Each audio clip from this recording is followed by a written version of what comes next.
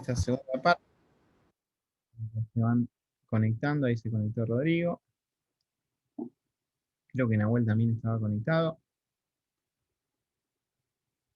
Y vamos con la segunda parte a medida que se vayan conectando. Decía que, ¿qué capacidades hay de los discos? Bueno, ahí Tomás me decía que, bueno, hay de 4 teras. Bueno, sí, hay de 4 teras, pero hay discos bastante más grandes ahora en el mercado. 16 me parece, ¿no? 12, bueno, 12 teras yo vi, bien, no los vi en stock, pero eh, digamos, son tamaños que se están manejando. La mayoría de estos discos grandes de 12 teras vienen con un formato que se llama Purple en una de las marcas. Eh, miren, eh, HD, que es de color púrpura, ¿no? ¿Sí? Estos que tenemos acá, fíjense, 8 teras, 4 teras, eh, son estos que tenemos acá. Acá están los 12 teras y creo que ahí atrás aparecen los 16, ¿puede ser? Bueno, acá justo dice 14. 14. eh, pero bueno, son estas unidades. La mayoría de estos discos que aparecen de color púrpura son discos que están destinados al almacenamiento de video en cámaras de seguridad. ¿Sí? Por eso su tamaño. O sea, permiten almacenar información y borrar, almacenar y borrar, almacenar y borrar, almacenar y borrar mucha cantidad de información, digamos, como que están más optimizados para esa tarea. Esos son los discos que hoy día encontramos como más grandes. Después tenemos, o sea, o sea, no es que es por color, en este caso lo estoy haciendo eh, por color porque hay una marca que es Western Digital que los divide por colores. ¿Sí? ¿Ves? El Purple Edition es el que veíamos hace un rato, el Black Edition, que digamos es un disco de almacenamiento interno mecánico, pero que es más rápido. Después tenemos el Blue y el Green. ¿Sí? ¿Ven? O sea, son todos de acuerdo a las características que va teniendo el disco. Fíjense que este disco es exactamente igual que el Purple que vimos hace un ratito. Y también tenemos el Blue dentro de esta marca. Bueno, esta gente como que lo diferenció así por colores, es como que ya los estandarizó. Todo lo que es blue y green sería como lo más básico, lo que es etiqueta negra serían más optimizados y los que son purple destinados a almacenamiento de video. Pero bueno, estamos haciendo referencia exactamente a lo mismo. Vamos a volver acá. Entonces, disco mecánico, sí va a ser siempre un disco magnético también. Es decir, disco magnético mecánico tiene que ver con la forma de trabajo que va a llegar a tener. ¿En contrapartida con qué? Y en contrapartida con las unidades flash. ¿Sí? Fíjense que el otro tipo de disco que nosotros vamos a tener van a ser los discos sólidos, los discos SSD. ¿Está bien? Estos discos sólidos o estos discos SSD no tienen un plato magnético o no tienen, digamos, partes que sean móviles, sino que es una unidad flash como es un pendrive. ¿Sí? O sea, es exactamente igual. Y en lo que van a cambiar, ¿sí? en lo que pueden llegar a cambiar, es en la conexión que podemos llegar a encontrar. Fíjense que los SSD tradicionales van a tener una interfaz de qué tipo, esta que aparece acá. SATA. SATA. Esto que tenemos acá, incluso lo dice de abajo, va a tener una interfaz de qué tipo.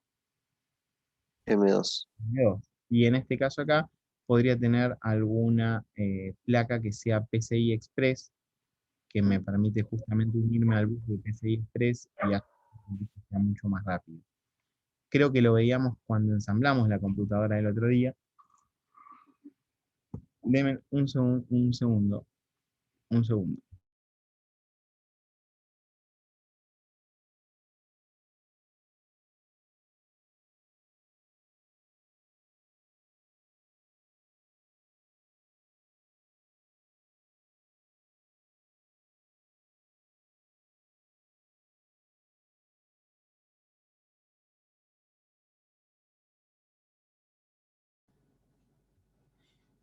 Me llegaba un pedido de Rosario y ahí lo están recibiendo Si me llegan a llamar de vuelta, los corto 2 minutos y ya vuelvo. Bueno, entonces lo que les decía es que estos tipos de discos o estos tipos de unidades de almacenamiento no van a ser ni magnéticas ni mecánicas, es decir, que no trabajan con esos dos tipos de tecnología, y tengo como ventaja de que son muchísimo más rápidos, ¿sí? O sea, trabajar con cualquiera de estos 3 discos es mucho más rápido que trabajar con cualquiera de los anteriores.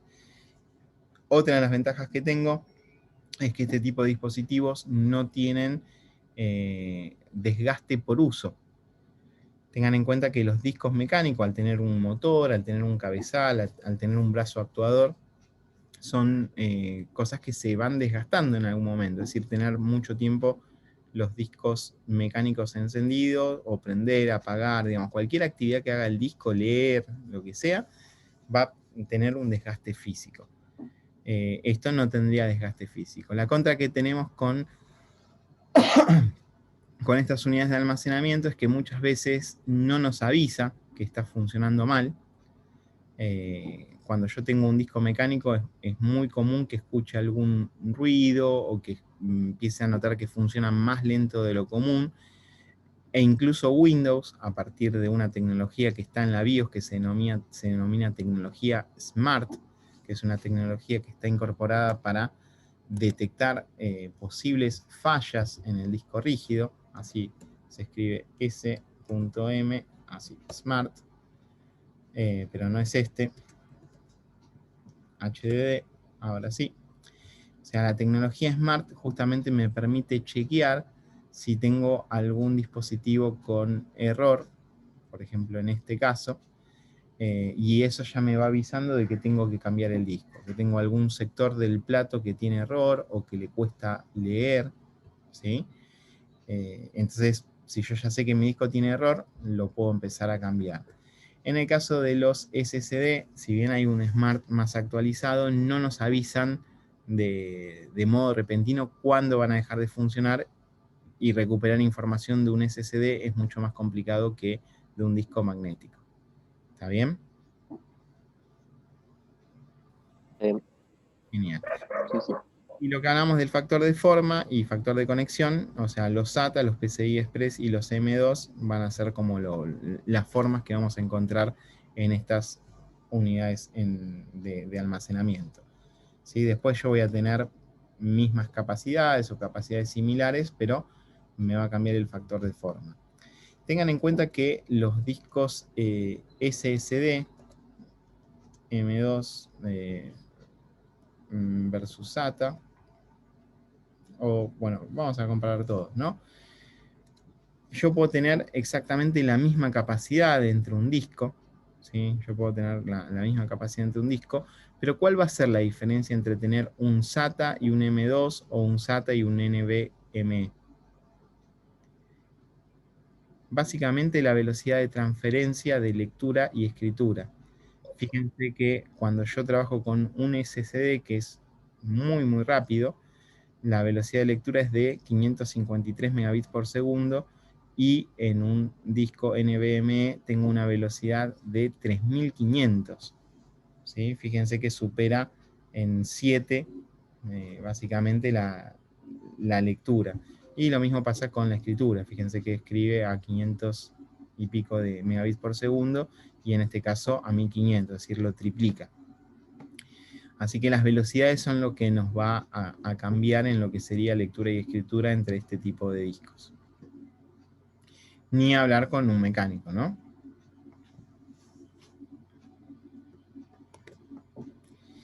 Bien.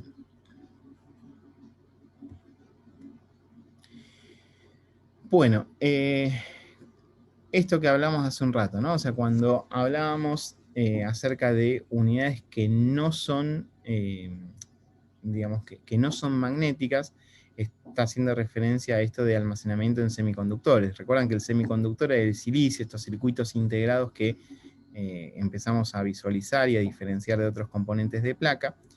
Y acá, bueno, lo que especifica es qué significa esto de memoria no volátil express, ¿sí? Que son las siglas que estamos mencionando hace un rato. Entonces, lo que dice ahí, bueno, esto se desarrolló para permitir que las computadoras aprovechen más la ventaja de las funciones del SSD al proporcionar una interfaz estándar a las SSD, el bus PCI Express y los sistemas operativos. Esto es importante entenderlo también en el caso de este tipo de dispositivos, porque tiene que ver con lo que mencionamos antes, y creo que lo habíamos hablado un poquito, creo que sí. ¿Se acuerdan cuando teníamos esta arquitectura de la placa madre y de la comunicación de los dispositivos? Recuerden que cuando el CPU quiere buscar algo en el disco rígido, tiene que dirigirse hasta el puente norte, hasta el puente sur y pedirlo en donde están los discos rígidos. Tengan en cuenta que si yo conecto un dispositivo NVMe, ¿a dónde lo estoy conectando? Si dice que se conecta al PCI Express. En el puente norte. Exactamente. Me estoy conectando más cerquita, y además de que esté más cerquita, entre comillas, sepan que el puente norte trabaja a frecuencias muchísimo más altas. Por eso es que también tengo mayor rendimiento. Eso es para pensarlo y para relacionarlo. Por eso, digamos, también es más rápido. ¿Es más rápido el dispositivo en sí? Sí, perfecto. Pero también tiene una conexión más cercana al procesador que lo hace actuar a otra frecuencia o lo hace actuar a otra velocidad totalmente distinta. Fíjense que pasamos de velocidades de 350, que es muy alta, a velocidades de 3500, no, de velocidades de 500 a velocidades de 3500. ¿Sí? O sea, hay mucha diferencia, no es que es un poquitito más. Por eso pasa que en una computadora que tiene algunos años y que funciona muy lenta, a veces en vez de ponerle en memoria RAM, según lo que yo esté haciendo, ¿no? Ya lo charlamos el otro día, pero muchas veces en vez de ponerle memoria RAM, conviene ponerle algún disco de estas tecnologías más nuevas, ¿sí? Porque justamente lo que va a hacer es acelerar todo el proceso de lectura y escritura. Bien. ¿Qué pasa con las unidades híbridas, estas que aparecen acá? ¿Sí? En el caso de las unidades híbridas, es un producto que prácticamente yo creo que no existe hoy en día. Bueno, estamos complicados.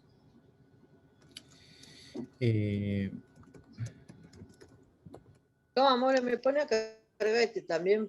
¿Por qué es que digo que algo que básicamente no existe? Porque no funcionó del todo la unidad híbrida.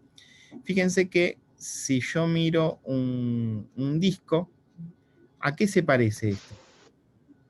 ¿A qué tipo de los discos que vimos recién? ¿A un mecánico, a un SSD? ¿A qué se parece? Un mecánico. Se parece a un mecánico, ¿sí? Entonces, ¿qué son los híbridos? Son discos mecánicos y que tenían adentro en algún pedacito, ¿sí? En algún pedacito tenían algún semiconductor como esto, es decir, tenían alguna plaquita de esta y me permitían cargar el sistema operativo ahí. Entonces, por ejemplo, esto es una fantasía, ¿no? Pero funciona más o menos así. Es decir, yo tenía un pedazo de disco sólido, quizás 128 GB, y tenía un disco de 1 terabyte. ¿Por qué era esto y por qué es en algún punto? Porque los discos sólidos, y ni hablar un disco NVMe, tienen un costo bastante alto. Es decir, son discos que tienen un costo bastante alto. Miren, por ejemplo, si yo quisiera comprar un disco de 1 terabyte mecánico, ¿sí? A ver si encontramos, miren, más o menos está 5.700 pesos, ¿sí? 5.500 pesos de tamaño de 1 terabyte. Ahora, si yo quisiera buscar un NVMe, fíjense que el mismo, que valía 5.000, ¿cuánto vale? O sea, vale, no sé. Casi el doble. Y yo creo que más del doble, el otro era 5.000 y es 4 veces más. Entonces, ¿qué pasaba? Yo por ahí lo que conseguía con el disco híbrido era tener un disco de 1 tera con 128 GB de memoria más rápida, y me salía, no sé, por tirar un número, 7.000 pesos. Entonces digo, bueno, entre 5 y 7 no es lo mismo que 20 y tengo una parte. Pero es un estándar que yo no me animo a decirles, pero no, sí me animo a decirles. No se fabrica más. Me animo a decirlo, aunque quede grabado. Los discos híbridos no se fabrican más. Y si alguien me dice lo contrario, lo aceptaremos. Pero son discos que no tuvieron, digamos, mucha salida, y hoy día todo el mercado apunta a los discos sólidos. Yo creo que en algunos años el disco mecánico ya no va a existir más directamente. ¿Sí? Bueno, así que esto hace referencia a lo que serían los discos híbridos. Vamos a seguir anotando en nuestro lugar. Bueno, entonces habíamos hablado acerca de interfaces de disco. Cuando hablamos de interfaces de disco, hablamos de la interfaz SATA. Alguien quiere mencionar la interfaz IDE, lo podríamos llegar a poner, pero no se fabrica más. Lo vamos a poner a la interfaz IDE. Tenemos a la interfaz M2 y tenemos a la interfaz con adaptador de placa PCI Express. Bien, con respecto a lo que sería la tecnología, vamos a encontrarnos con los discos mecánicos o magnéticos, como quieran decirle.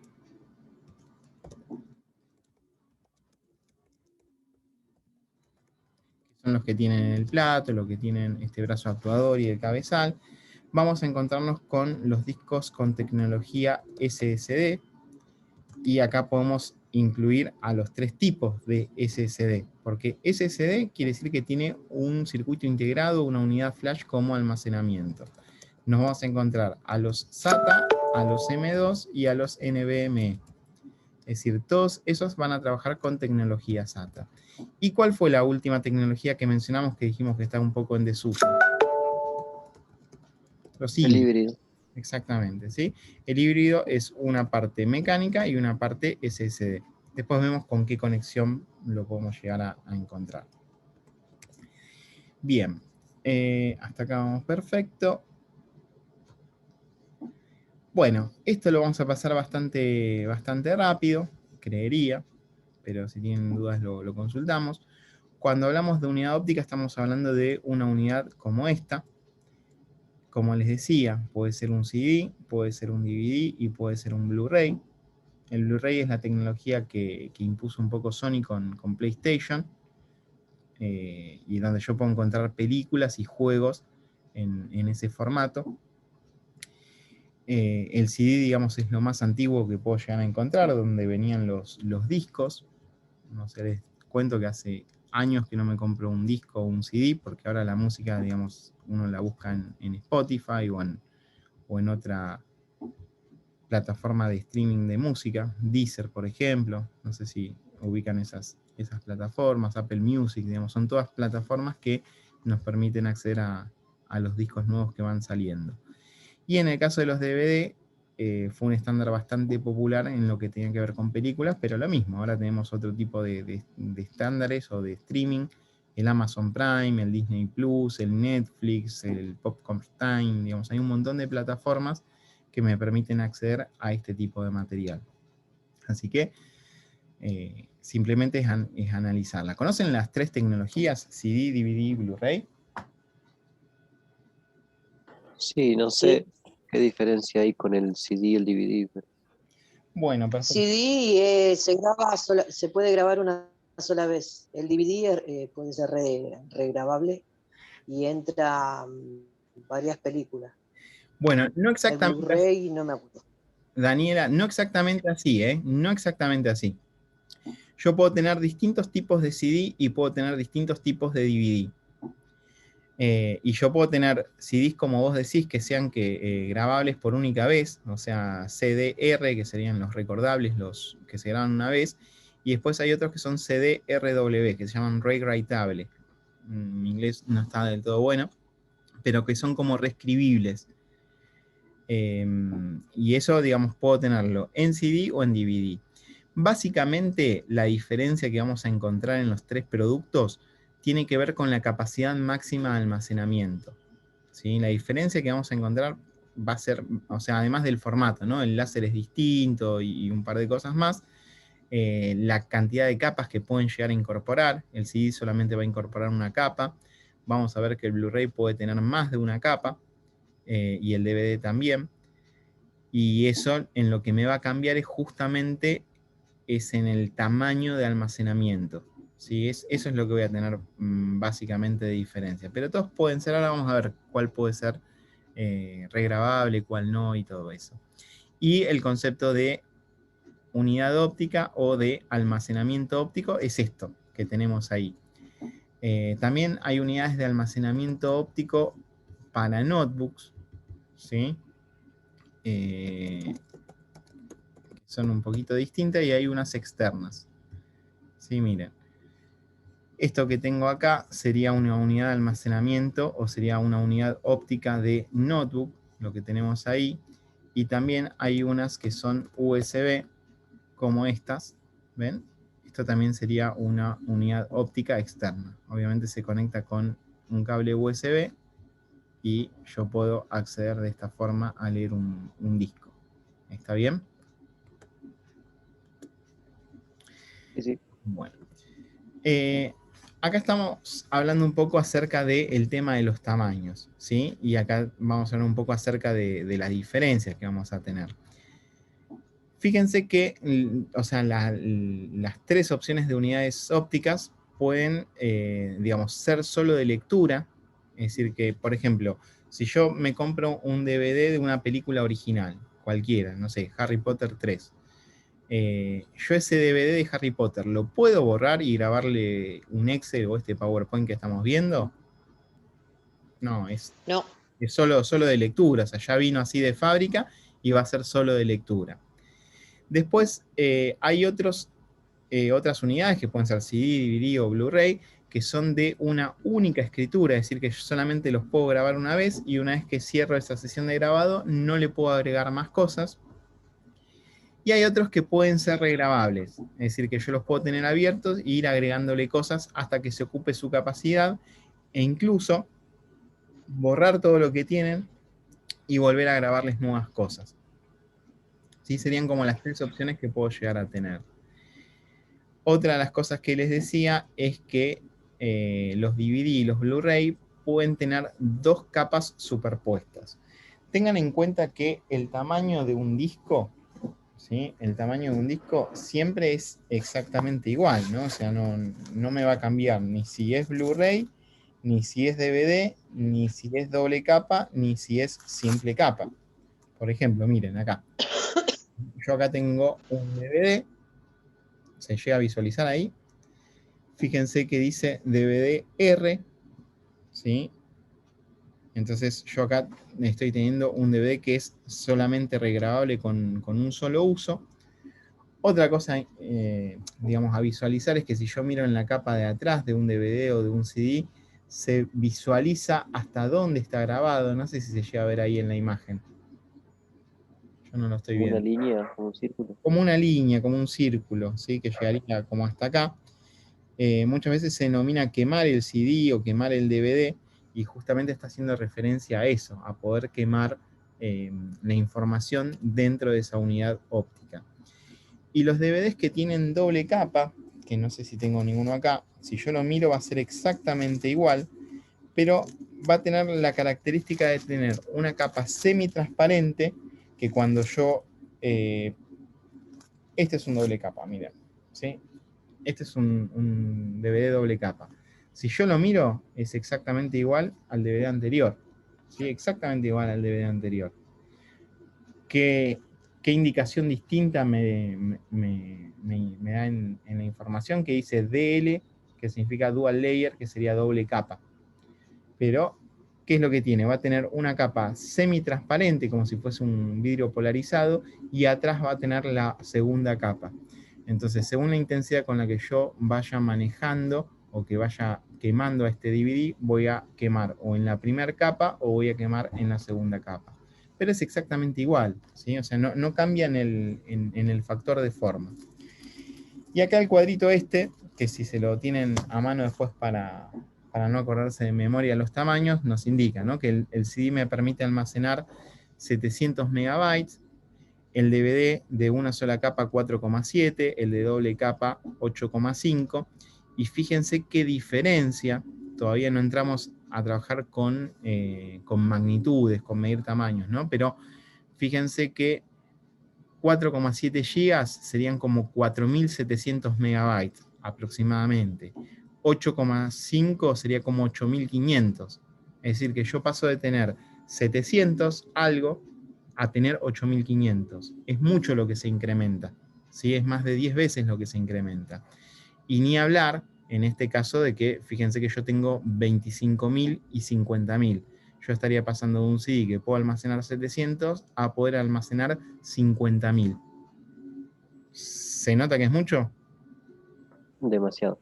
¿Sí? O sea, si comparo, es bastante la diferencia que vamos a encontrar. Y acá nos dan los estándares, ¿sí?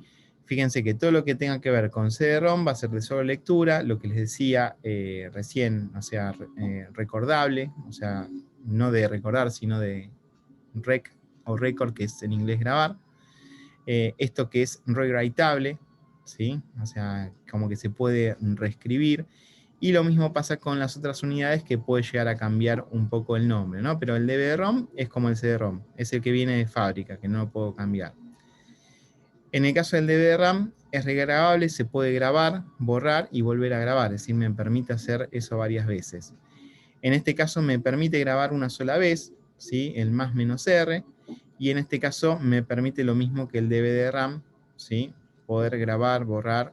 Estos dos estándares serían exactamente iguales. Si dice DL va a ser doble capa, si no dice nada va a ser de simple capa, ¿sí? Y ahí tenemos los tamaños. Y en el caso de Blu-ray lo mismo, ¿no? DVD-ROM, lo mismo de siempre. Es el juego que me vino de, no sé, del PES 2021. Ya igual los juegos tampoco se compran más ni en DVD ni en Blu-ray. ¿Cómo compro un juego de PlayStation hoy día? Por la tienda. Por la tienda, digital, y lo descargo, ¿sí? El otro día me hicieron comprar el PES 2021. Y nada, se descarga y se instala directamente con la cuenta. Es decir, y lo mismo pasa con los sistemas operativos, ¿sí? Los sistemas operativos originales o todo lo que es el software original.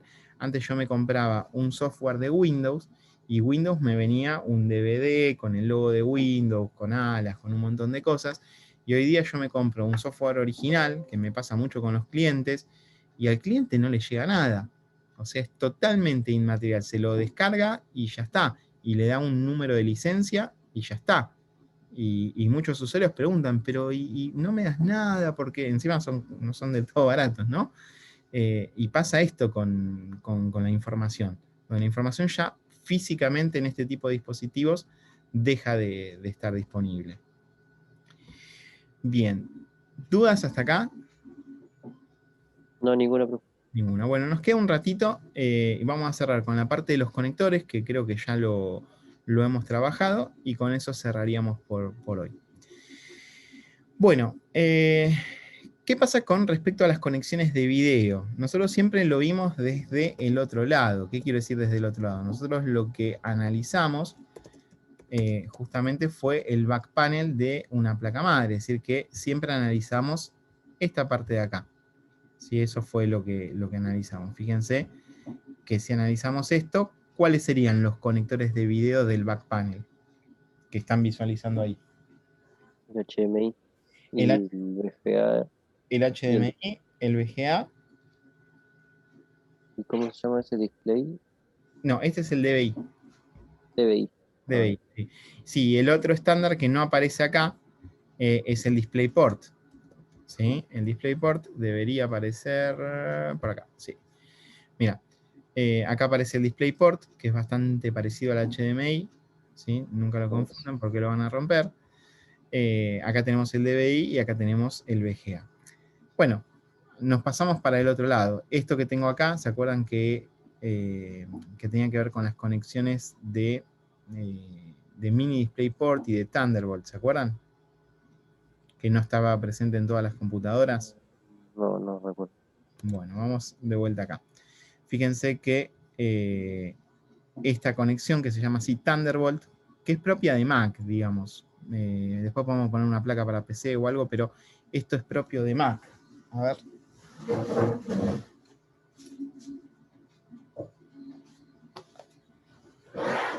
Fíjense que si se ve por acá, ¿lo llegan a visualizar ahí?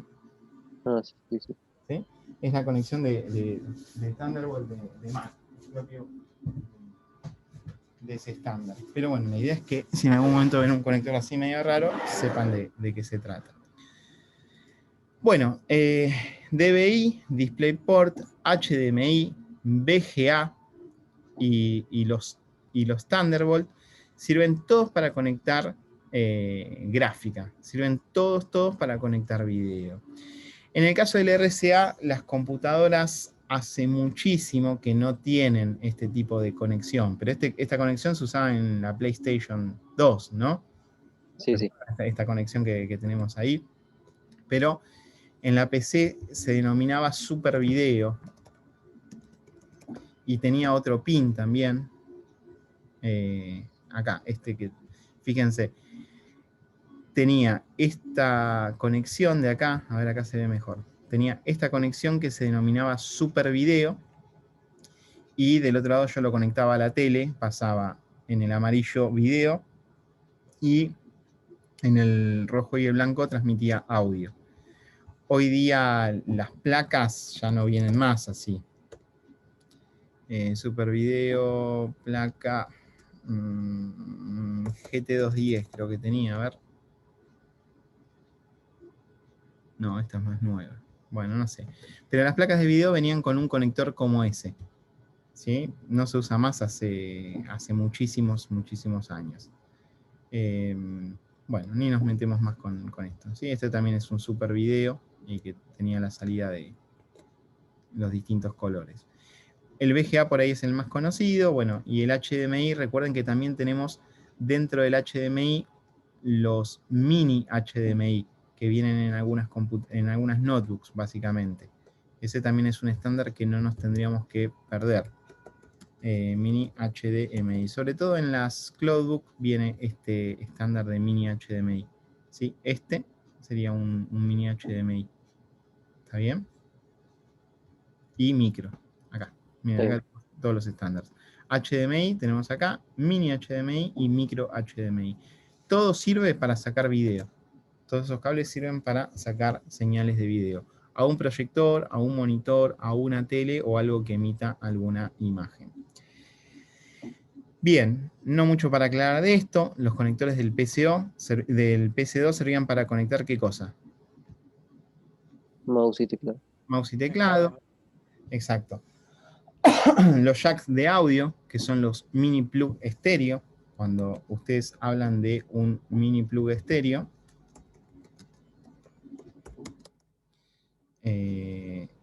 así están hablando de este tipo de conectores. ¿Les suena conocido? Sí, sí, sí. Sí, el de los auriculares, el de los parlantes, digamos, estamos hablando exactamente de eso. En este caso, fíjense que tenemos dos estándares. Tenemos al mini plug estéreo y estos dos, ¿cómo se llamarían? Que lo vimos recién. RCA. RCA. ¿Sí? Cuando yo tengo que conectar algo, la idea es empezar a conocer los conectores. Y si voy a una casa electrónica y digo, ¿me vendés un cable de mini plug estéreo a RCA? ¿Para qué me sirve esto? Y para conectar la placa de sonido a un equipito de música.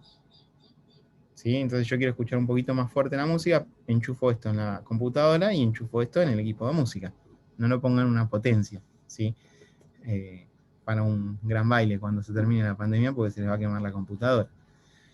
Bien, los cables de red, ¿sí? RJ45, los cables SATA, acá tenemos dos estándares de SATA. ¿Cómo se llama el de la izquierda? SATA Power. SATA Power, y este sería el SATA de datos. Acá tenemos la conexión IDE y los cables USB. Recuerden que teníamos USB tipo A, USB tipo B, USB tipo C. Y que teníamos mini USB, micro USB, ¿sí? Y bueno, y también de vuelta el tipo C, así reducido. Bueno, adaptadores, ¿sí? Que podemos llegar a encontrar en algún momento. Vamos a volver para atrás. De DVI a VGA, yo me compro un Mother nuevo que tiene solamente un conector DVI y un conector HDMI, y tengo un monitor que tiene conexión VGA y necesito un adaptador, ¿sí? No me queda otra, no lo puedo conectar de otra manera. Entonces puedo conectar de DVI a VGA, de DVI a HDMI, de VGA a HDMI, que es el que tenemos acá abajo. Este se usa bastante, porque las placas de video actuales no vienen con VGA, entonces necesito trabajar con eso. Convertidor de USB a Ethernet. ¿Qué pasa con las notebooks nuevas? No traen para conectar cable de red. Entonces tengo que conectarlo a un USB y después conectarlo al cable de red. Esto también, de PC2 a USB. ¿Sí? Son todas conexiones que yo puedo encontrar. ¿Esta qué sería? Bueno, la dice ahí abajo, ¿no?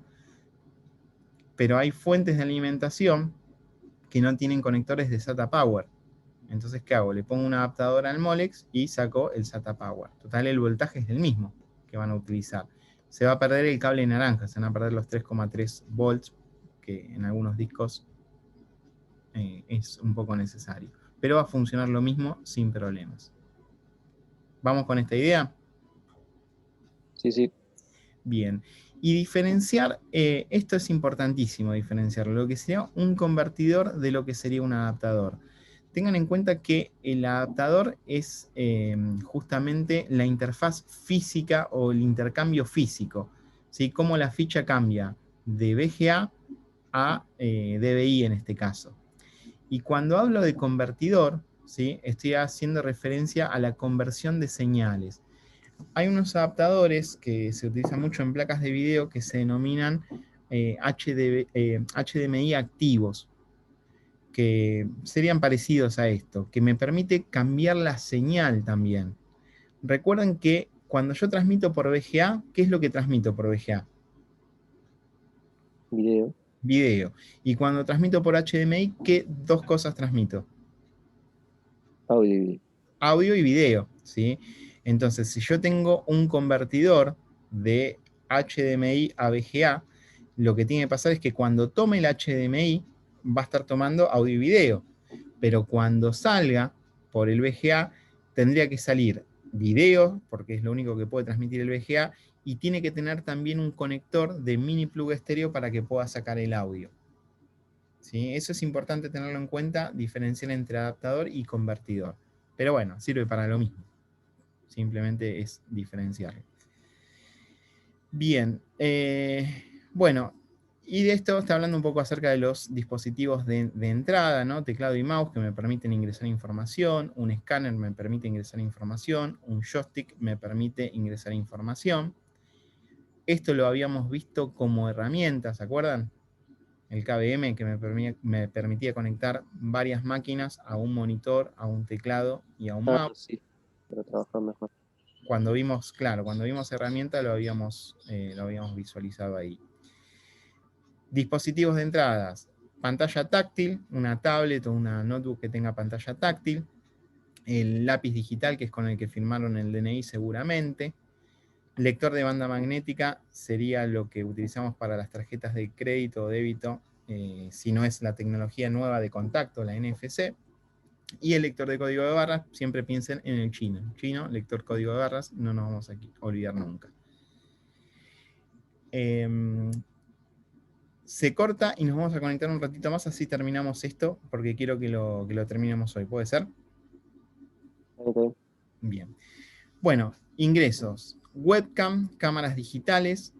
Lo que sería una tablilla digital para firmas es más o menos lo mismo que el lápiz digital, ¿no? O sea, estamos más o menos en la misma. Estoy ingresando datos de alguna forma para, digamos, para incorporar a la PC. El micrófono obviamente sería también un dispositivo de entrada. Va a ingresar datos a la PC. Tenemos dispositivos que se denominan como más nuevos, lo que les decía recién de las tarjetas por contacto, las V o las nuevas tarjetas de crédito que tienen NFC, donde yo acerco algo y automáticamente se transfiere información. Pasa con algunos teléfonos celulares, vieron que ustedes pueden pasar su contacto simplemente apoyando o acercando los teléfonos. Todo lo que tenga que ver con el reconocimiento de los teléfonos celulares del Face ID, que, o sea, como para que te reconozca la cara y te permita desbloquear el teléfono. Es decir, yo tengo el teléfono acá, me mira la cara y me permite justamente desbloquear. ¿Sí? Si no me reconoce la cara o si estoy con barbijo, ¿sí? Pasa que no me lo reconoce. Creo que muchos celulares están teniendo